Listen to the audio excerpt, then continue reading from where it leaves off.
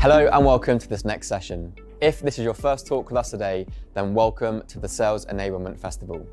And for those of you who've already been tuning in to our selection of talks, welcome back. It's a packed day ahead, so if you can't catch it all, you can watch every session on demand with an Access All Areas pass or an SEC membership. And if you're enjoying the content, you should know that the Sales Enablement Summit is back on its in-person world tour.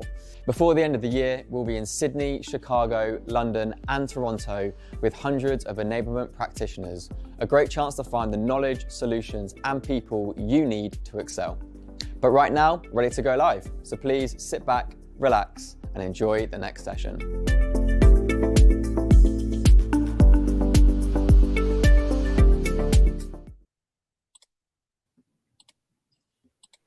Hello everyone, yes, welcome back to this next session. This session is hosted by Georgia Watson and she's going to be talking about innovation and sales enablement. So Georgia, over to you. Jack, thank you very much. And hello, everyone. Thank you so much for joining me today to talk about some topics that I'm really passionate about: innovation, sales enablement, and inclusion, and why they matter for us.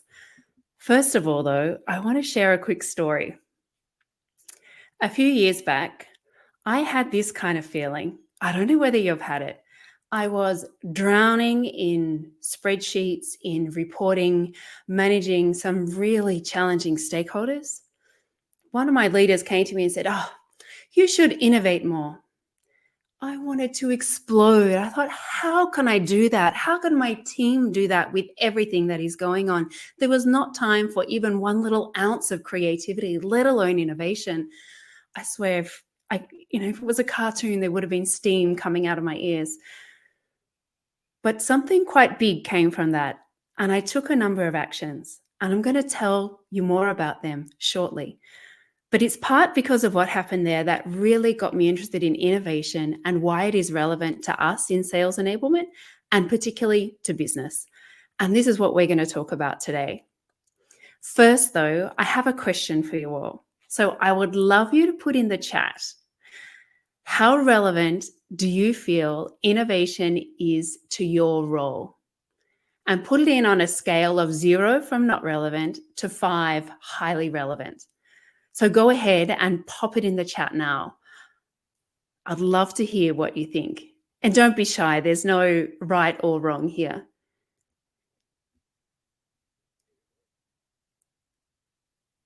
And the thing is, we often think that if you have innovation in your title, that's when you can innovate, but it may not actually be. I see a 4 there. Anyone else? Feel free to pop it in. I love it. A 6 on a 0 to 5. We're going for 6. I love it, Jessica. Thank you. Juna, thank you for your input. Mitra, thank you. So I see a bit of a mix, and I think probably from the fact that you're on this session, you probably do have an inkling that maybe it is something that is important to you. What we're going to look at today is our new context and what has changed, the innovation imperative, and then look at inclusion and culture and some actions that we can take around this. So we know that disruption is impacting everything. It's changing how we do business, how we sell, how our clients buy, us as individuals, and is necessitating reinvention in all of these different areas. So we know that during the pandemic, there was massive transitions to businesses becoming virtual, remote, changes to spending patterns, everything became digital. There was also a massive change in the way we work, the way that the skills we need, the expectations our audiences have around learning. And this change is going to continue with 100 million workers switching occupations by 2030. So thematic investing dubbed the 20s a decade of work transformation for business and learning. And I feel like they're probably right. It's impacted us personally as well. So our screen time hours have increased significantly per day since pre-pandemic. We see many individuals, including in a report that was done last year, 58% of sellers struggling with their mental health. And we have distractions at whole new levels with so much going on in our lives and never-ending pings. So our context has really changed. But the thing is, it's not going to stop changing. This is one of my favorite quotes. So the pace of change has never been this fast, and it will never be this slow again. So what do?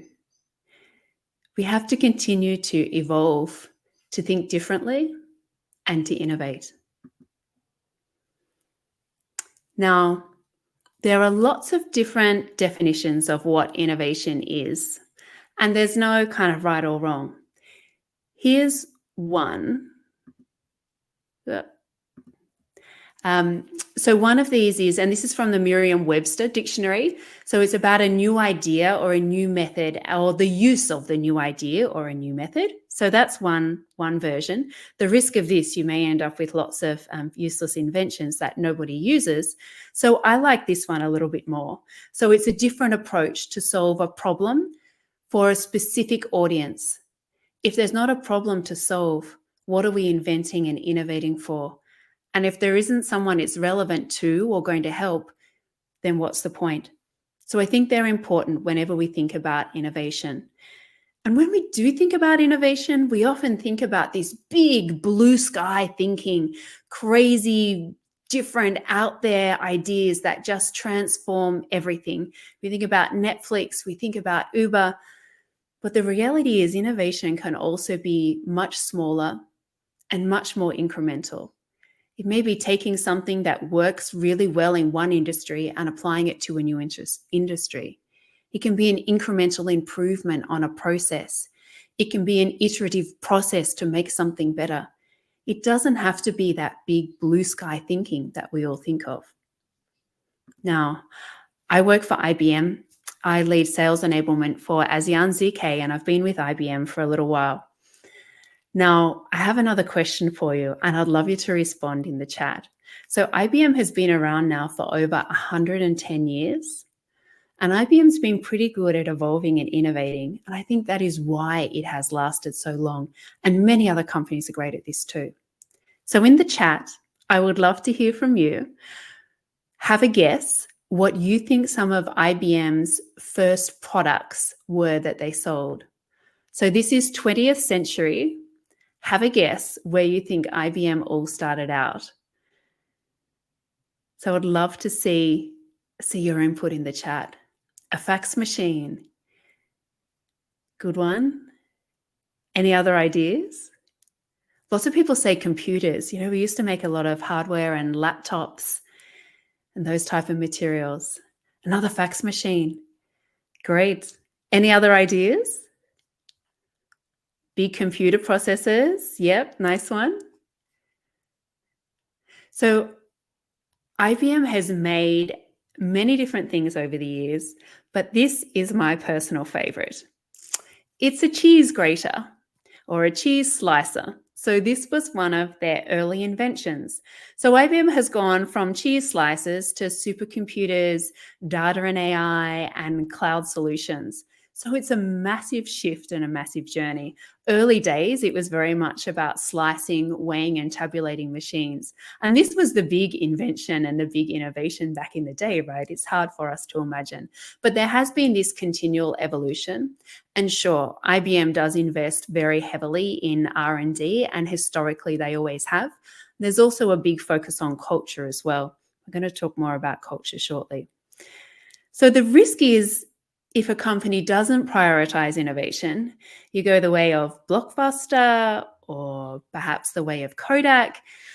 Kodak's a bit of an interesting one because it wasn't that they failed to innovate. They were actually leading on all sorts of innovation around photography. And they actually came up with digital solutions when film was the thing of the day. They didn't take any action on it, though, for fear of cannibalizing what was their most successful product line, which was the hard copy film. Anyone my age or older may recall this, but it was the actual film that the photos used to be printed on, and you would take it and you'd get them developed.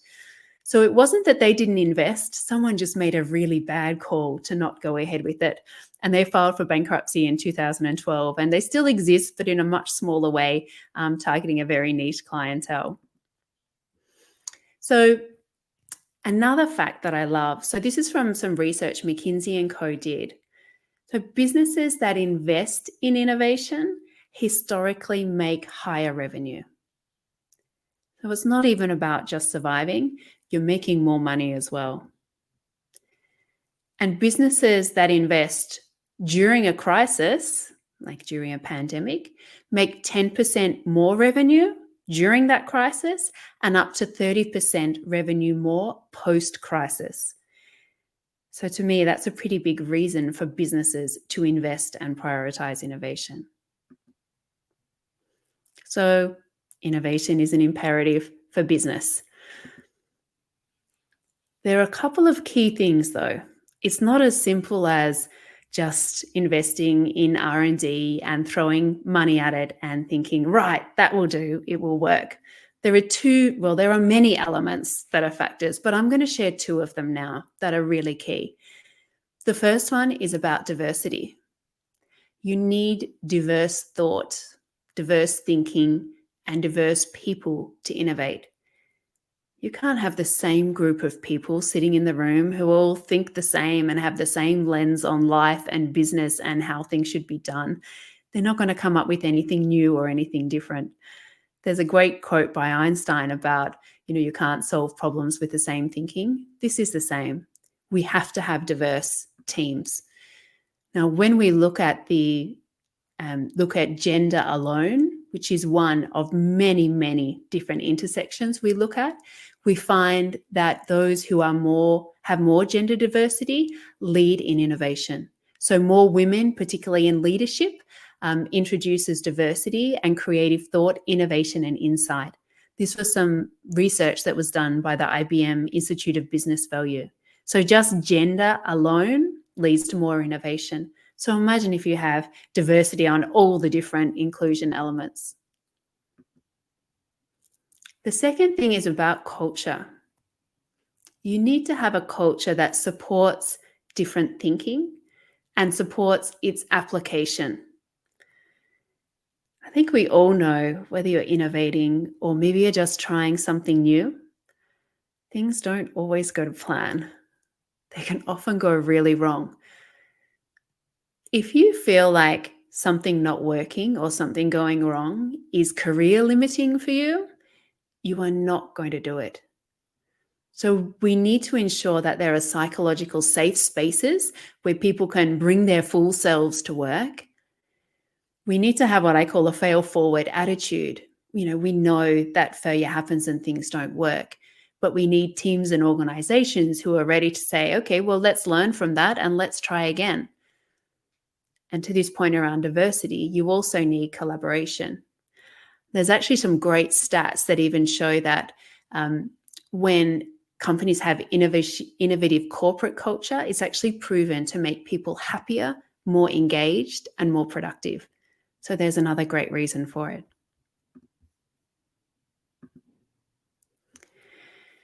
Now, when we think about, there you go. That's from Vantage Circle, that quote.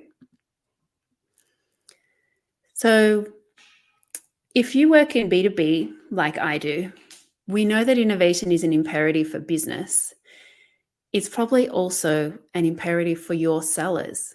If you are selling to B&B, a lot of the clients who you are selling to or your sellers are working with need to innovate and want to innovate as well.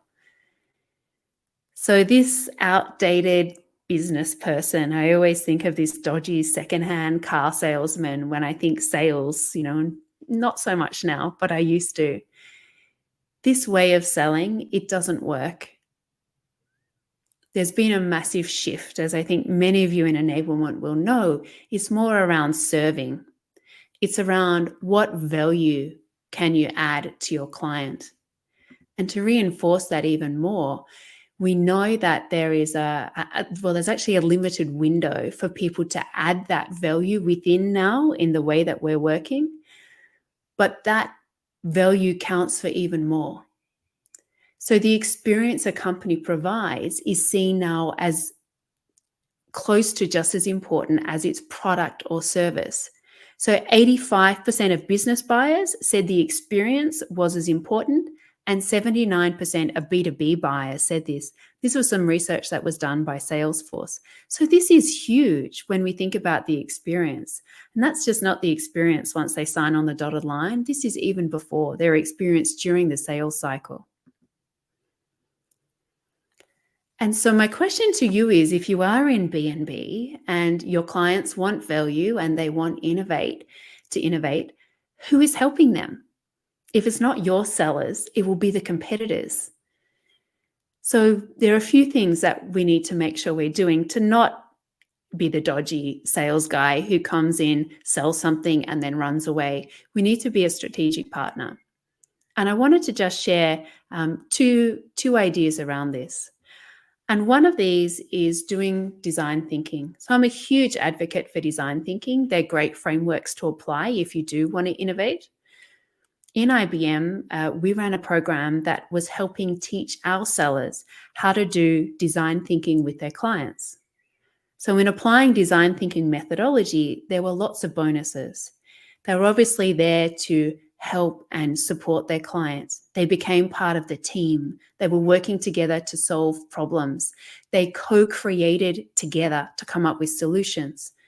What we know is that when people are working together, collaborating and co-creating on something, the buy-in and desire to make that succeed is much higher. It also helped them understand some of the needs differently from their client and understand some of the different stakeholders. Because of course, when you're doing design thinking, you want to make sure you include those diverse perspectives. So coming back to my story, when I was hugely frustrated at one of my leaders telling me I need to innovate more while I was drowning and just had no time at all, I wanted to share with you quite a simple action that I took. And it really changed a number of different things. And it resulted in delivering 2 award-winning sales enablement campaigns soon after. So once I let go of my frustration and had my little meltdown and gathered myself back together and said, right, we need to change things, there were 2 big steps that I took. One was to try and cut out some of that waste of time activity that my team and I were spending time on. So we did have a bit of a pushback to global at the time, saying, I'm sorry, we're not reporting to that anymore. We said, sorry, Mr. Difficult Stakeholder in my local team, we're not doing that anymore. We're changing the way that we're doing things. And that allowed us to kind of free ourselves up to do things differently. And the first step was something really quite simple. And I'd encourage you to do this at some point. So we did a really simple design thinking ideation exercise. And so I did this with my quite small at the time sales enablement team. We got together, we were scattered all around the Middle East and Africa. So we logged on to Mural, which is an interactive collaborative tool, like an online whiteboard. And so we went through this really simple ideation process. So we defined up what the problem was that we wanted to solve. We then did a brainstorm of ideas and we put all our ideas that we could come up with to solve this problem on there. And we had, we were not limiting our thinking, we can be really inclined to do that. And then what we did, we clustered ideas, and there were some really key themes that we saw were emerging to help solve those ideas, even though we were coming from quite different perspectives and different geographies.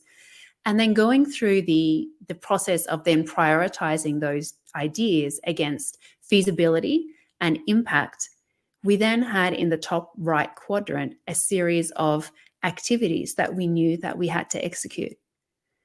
So we did this exercise in 90 minutes. It took a bit of pre-work just to get it set up, but on the day we went through all of those steps in 90 minutes.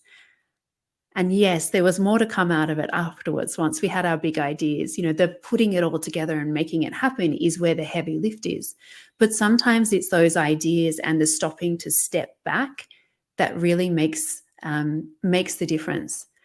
And so we need to think about innovation from a business perspective, of course, but from enablement as well, in supporting the business, helping shape the culture, but even changing the way that we are enabling people as well. So I had 3 takeaways that I wanted you to think about. So the first one, we know that innovation is an imperative for business and particularly for those in B2B. Second thing, diversity of thought and inclusion are key to innovation. The third thing, creating a culture where innovation can thrive is your responsibility. There are many things that you can do within your team. And it doesn't matter whether you're a team member, whether you're a leader, wherever you sit, there are things that you can do to help create that psychological safe space. And there are also things that you can do when you think about diversity of thought. So if you're a hiring manager, great. If you're working with HR, even better. But if you're not, think about who you can tap. What stakeholders do you work with? Who else is in your extended team that maybe you can get involved to bring some different thinking? We know there's nothing worse than a group of enablers sitting together in a room, coming up with plans and not actually asking different people, and particularly those who are going to be using the enablement, to give their input. So there are three things. Make business an imperative, consider diversity and inclusion, and make sure that you're having an impact on culture. So just before we jump to the questions, for those of you who are live with me, I would love to hear now how relevant you feel innovation is to your role. So feel free to put that in the chat. So 0 is not relevant and 5 is very relevant. Pop them in and let's see whether anybody has shifted. I'm really curious to see.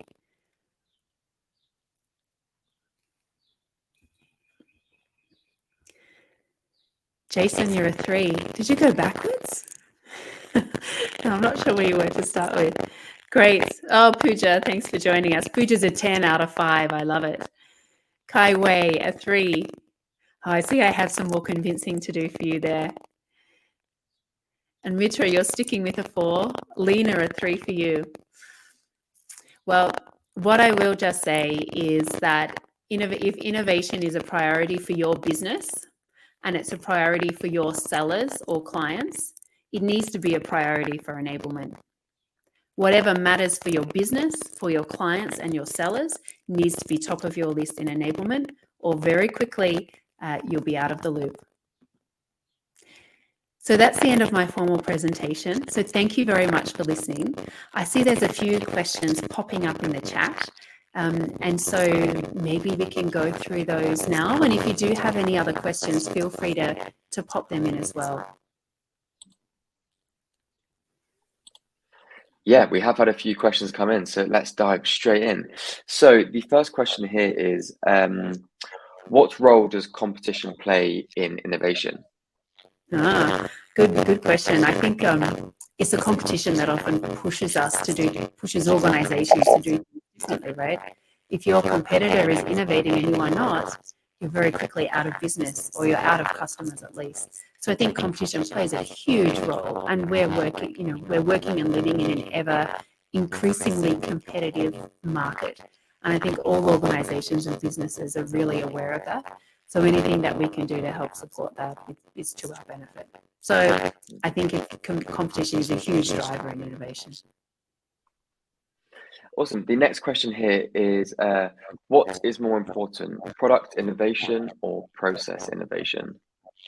Mitra, I'm not sure about that one. I think it really depends on your context and what it is that your business is doing and what the priority is. So our natural inclination is to always think about product innovation. We always think about stuff first, something tangible. But if you think about efficiencies in the business, and even if you think about revenue, streamlining a process may be just as effective or even more as effective in saving revenue than a new product perhaps. So I would say they are both important and depends on the context.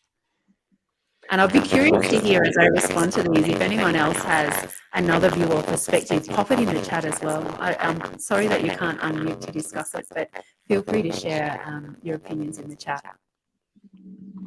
Absolutely. And then the final question we have, if anyone does have any more questions, please feel free to drop them into the chat.